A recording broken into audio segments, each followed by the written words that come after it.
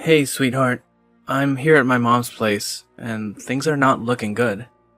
The house is a mess, and she's been struggling for the past few days. She's hardly talking, and I can sense that my father's passing has hit her hard. It's tough to see her like this. I suggested going out and doing something, but she wouldn't even budge from bed. It's been a few weeks since we lost Dad, and I hoped she'd at least start to feel a bit better. Oh no! I'm so sorry to hear that. It must be incredibly challenging for her.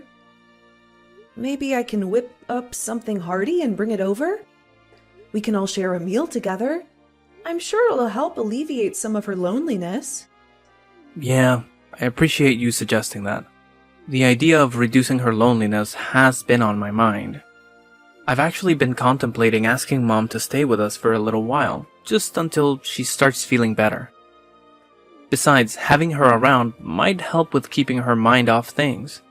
The house is full of memories of Dad, and I think it's best to give her a change of scenery for a while. Oh, absolutely. If you think it's what's best for her, then we should definitely have her stay with us for a while. Being close to you will undoubtedly lift her spirits too. Thanks, honey. I'm really grateful for your understanding. No worries at all. I'll whip up some comforting dishes, and when you guys get here, we can all sit down for a heartwarming dinner. I'll also get a room ready for her. Thank you. You're amazing. I'll be there soon. Oh, you're such a caring son, honey.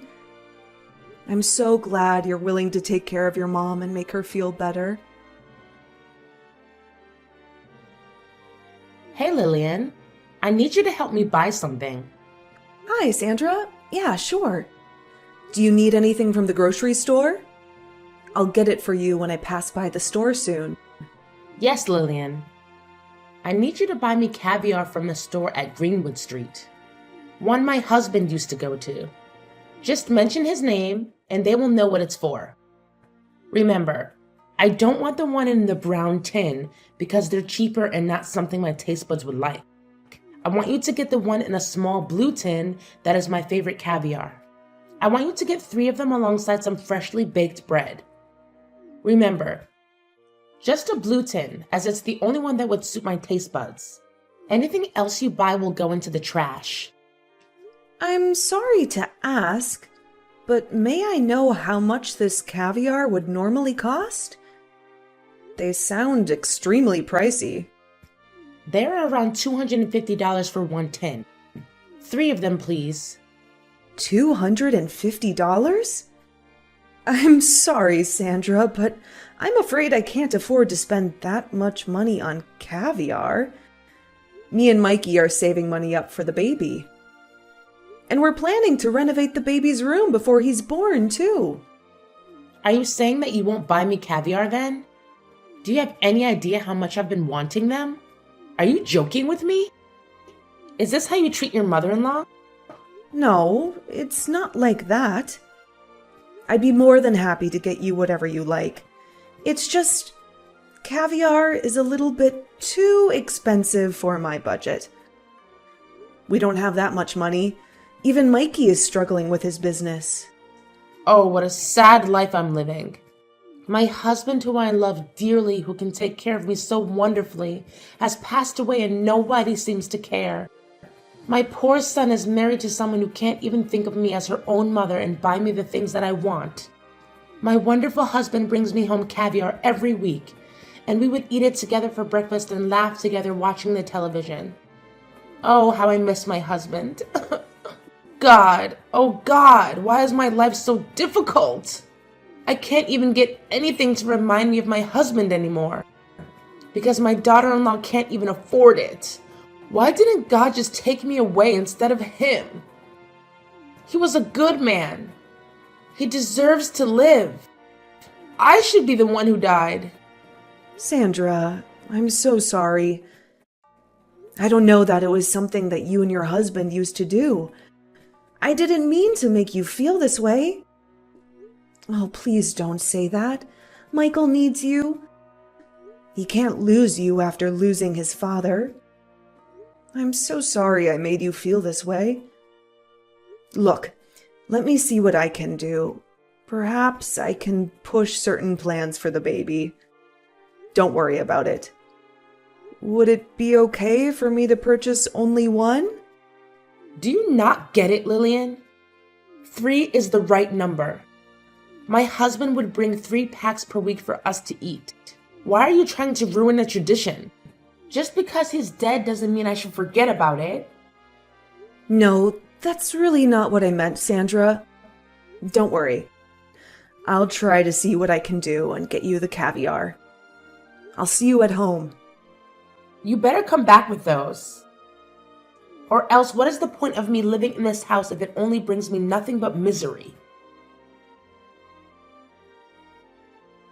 Hey Lillian, where are you? I called you so many times and you haven't been picking up. Are you avoiding me or something? Hey, Sandra, I'm so sorry. I left my phone in my car when I went in the store. I really wasn't ignoring you. Is everything okay at home?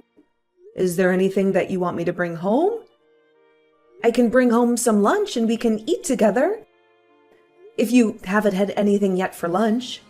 Yes, lunch would be great. I need you to buy me the pastrami sandwich from Big Mike's Diner. I want one without any extra sauce. For the cheese, I would only want Swiss cheese and provolone. I like only 2 slices of tomatoes, no less or more, as that's how my husband used to do it. Big Mike's Diner? As in the one that's 2 hours away from here? Yes, where else will they be? Stop asking pointless questions and go get them for me. Don't mess up the order. Listen, Sandra, I'm sorry. And I'm not trying to be rude, but I don't think I can drive 2 hours to get the sandwich. Maybe we can ask Michael to get it in a time when he has free time. I have a doctor's appointment in an hour. If I get the sandwich, I won't make it to my appointment. I don't care about your doctor's appointment. You can do that anytime. Can't you reschedule? I really want the sandwich and I don't want to wait for another day just to eat them. I'm sorry, but I really can't. I can't just simply cancel my doctor's appointment. I need to check on the health of the baby, your grandson. Plus, I don't think it would be healthy for me to be driving that long when I'm 7 months pregnant. Excuses after excuses. Don't be such a baby. When I was pregnant with Michael, I did all sorts of things and I am doing fine, and so is he. I know this is just one of those excuses you make so that you can make me more miserable than I already am. Why is it so hard for me to get the sandwich that my husband used to get for me? It's one of the memories left of him that can help me go through the day when things get hard. My husband would never make excuses like you. My poor son, Michael. I wonder how he survives living with you all these years. God, why won't he just take me away? I want to be dead with my husband. I don't want to live here with this horrible woman. Sandra, please don't say that. That is not true at all. I have nothing against you, and I would never want to make you miserable. Please don't wish death upon yourself. Look, maybe I can go tomorrow. I'll be freer then. No! I already told you.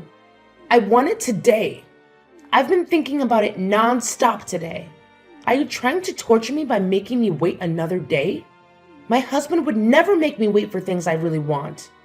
Oh God, why can't you just take me away too? Fine, Sandra. I'll cancel my doctor's appointment and I'll drive to the restaurant to get you the sandwich. Please stop wishing that you'll die. Michael would be so heartbroken to hear that. Be quick. Don't waste my time. Hey, Sandra? Were you at home all day yesterday? Yes? What is it now? Are you accusing me of stealing things in your house? What? No, that's not what I'm trying to say. I just want to ask you regarding the baby's room. You've seen it before. When you first came, we painted it blue because the baby's a boy, and we thought it would suit him. We even put up a lot of different toys that we thought the baby might like. You know where I'm going with this, don't you, Sandra? The color is hideous. I don't feel good looking at it, and I believe the baby would feel the same way as me. What do you mean? The blue color of the room that you painted? It's hideous. It really doesn't suit the baby. It's better off with the current color. I love it more this time. So it was you who changed the color of the room without our permission. I'm sorry that I have to say this, but that is very disrespectful. That's my baby, and I deserve to know anything before you make changes to anything. Plus, this is my house. Just because we let you stay here doesn't mean you can make all the decisions that you like behind my back. Oh, I didn't know. I have to be asking permission to make changes in the house that my son lives in? What a disrespectful thing to say to me without me raising my son to be like the man he is. He wouldn't be here to be the good man for you. You should be more grateful that I even agreed to stay here. I don't understand what you're trying to say. I've been kind enough to let you stay here while you've been dealing with this death. And you're ruining it. How exactly am I ruining your healing for you? My husband hates the color blue. It reminded him of the big blue house he grew up in. It was an abusive household. We ensure to always eliminate the color blue from our house. I don't understand. Why can't you do the same?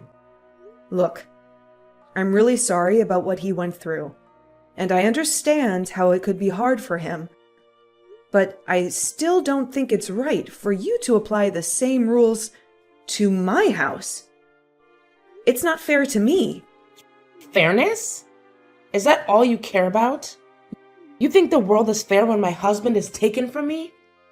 No, that is not what I'm trying to say. That's enough. No need to speak to me. This conversation is making things harder for me, and I don't want to deal with it. Michael, we really need to have a serious conversation about your mom. I've already had an earful from her. Is it true that you told her she needs to ask for permission for everything? That seems pretty harsh, especially given what she's going through right now. Look, I completely empathize with what she's dealing with. But it's disheartening that I'm ending up as collateral damage in the process. Have you had a chance to hear my side of the story? She's been trying to take control of everything that I'm doing. You're making this much more complicated than it has to be. She's my mom, and I really need you to refrain from speaking about her like that. I'm just asking for a bit more understanding of her situation. She's navigating through a lot, and I'm hoping you can cut her some slack for a few more weeks until she gets back on her feet. Fine.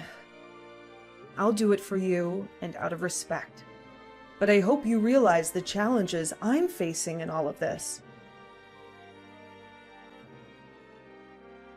It's going to be Benedict Arnold Jr. Sorry?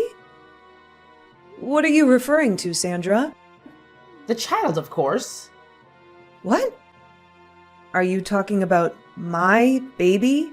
My son? Who else would I be talking about? The name of that child would be Benedict Arnold Jr. Wait, what are you trying to say? Sorry, Sandra, but that's not what I'm naming the baby. Mikey and I have already discussed the name. We will be naming the baby Harold, after my father, who did a lot for me growing up. I disagree. He should be named after my husband. Your second child can have your father's name if you want to, but the first one should honor my husband. This is our grandchild, after all. This is my father's first grandchild as well. If you like, we can put your husband's name as the baby's middle name. That's all I can offer to you. That's what I can agree with. Middle name? Is that all my husband is worth to you? All he ever wanted when he was alive was to have grandchildren. But you took too long to get pregnant. Now that he's gone, I want to at least have the child named after him. Is that so hard? At least your father is still alive. Isn't that enough for you? You know I have issues that made it hard for me to get pregnant. It's not like we did it on purpose. You think my father would only be appreciated when he passes away?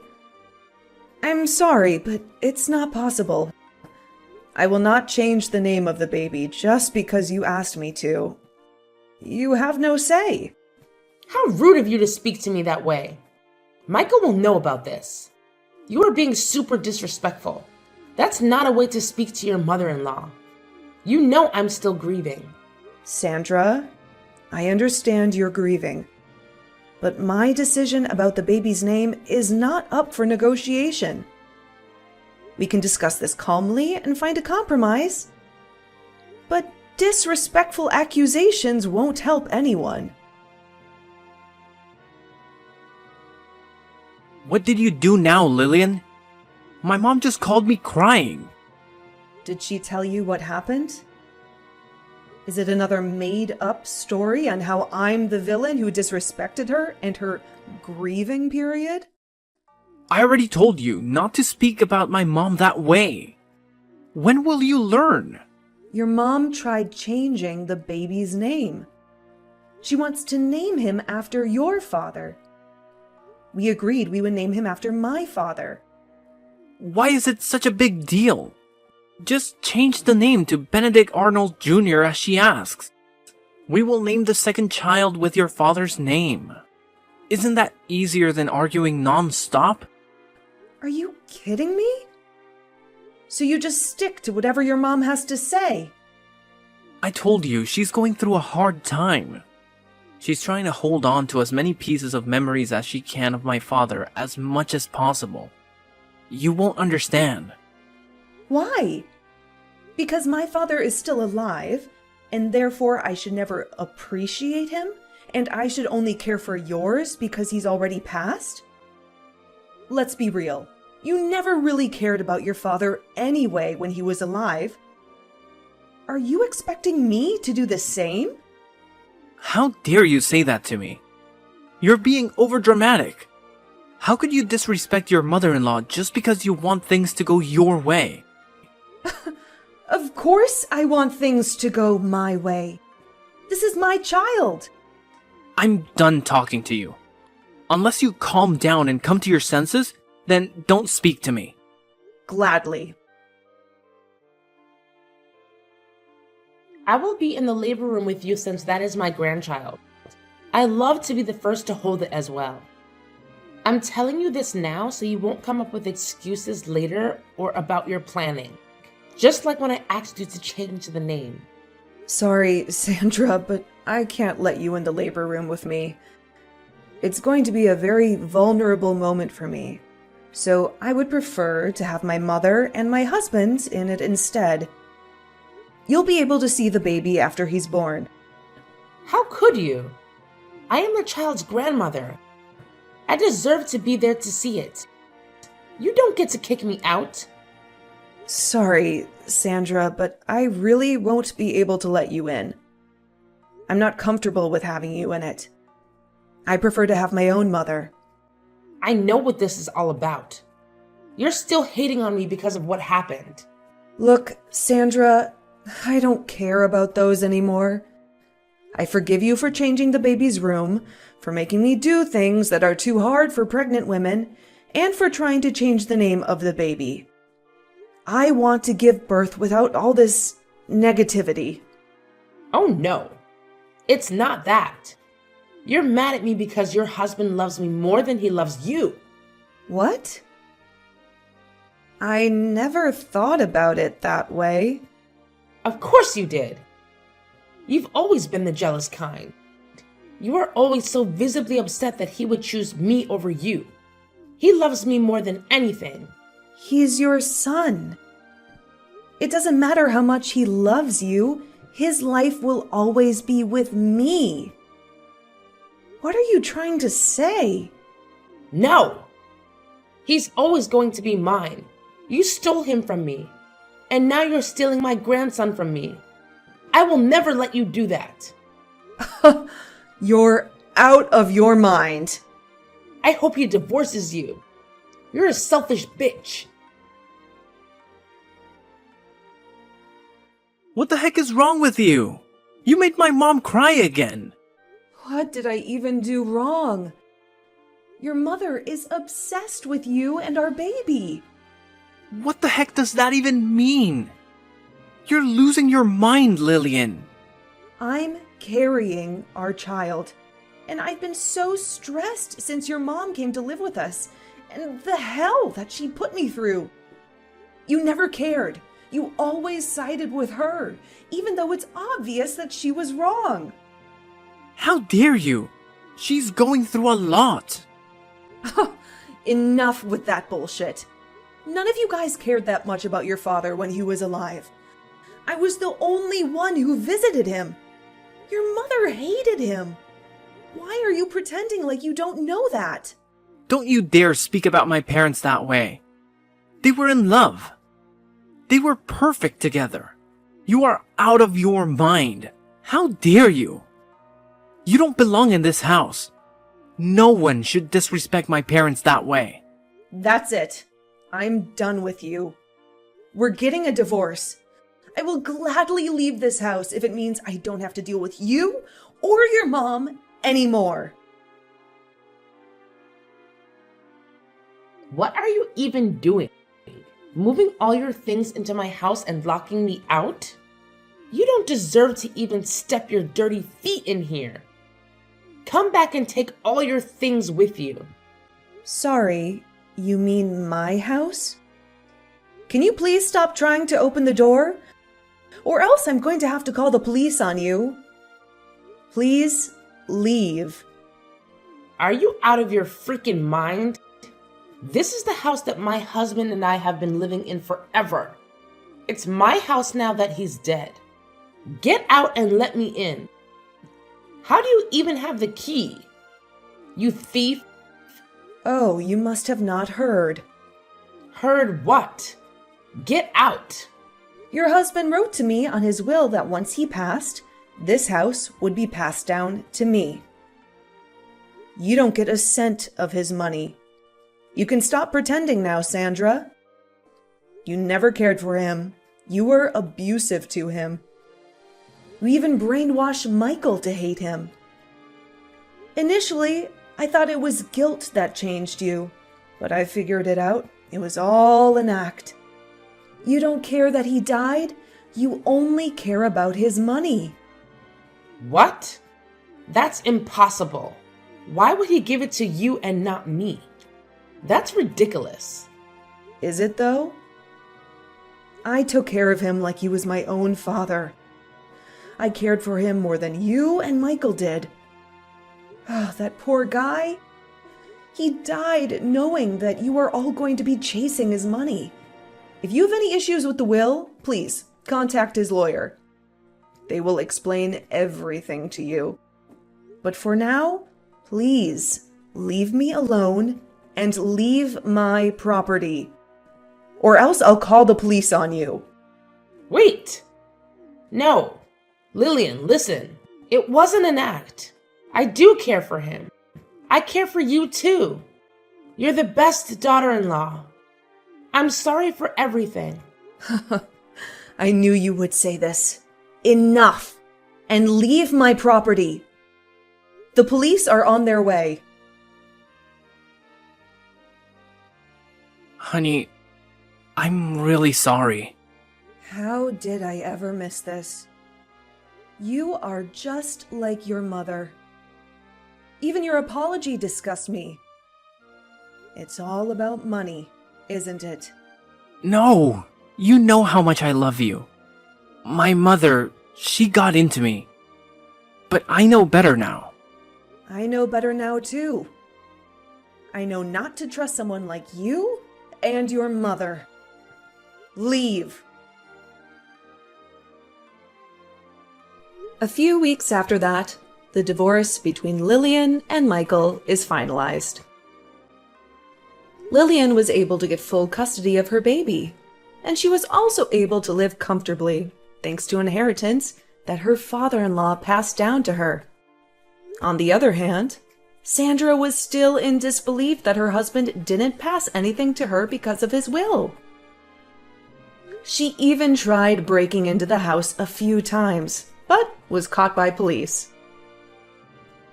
As for Michael, he has been struggling a lot after the divorce, as he realized how true the things that Lillian has always said about his mother are.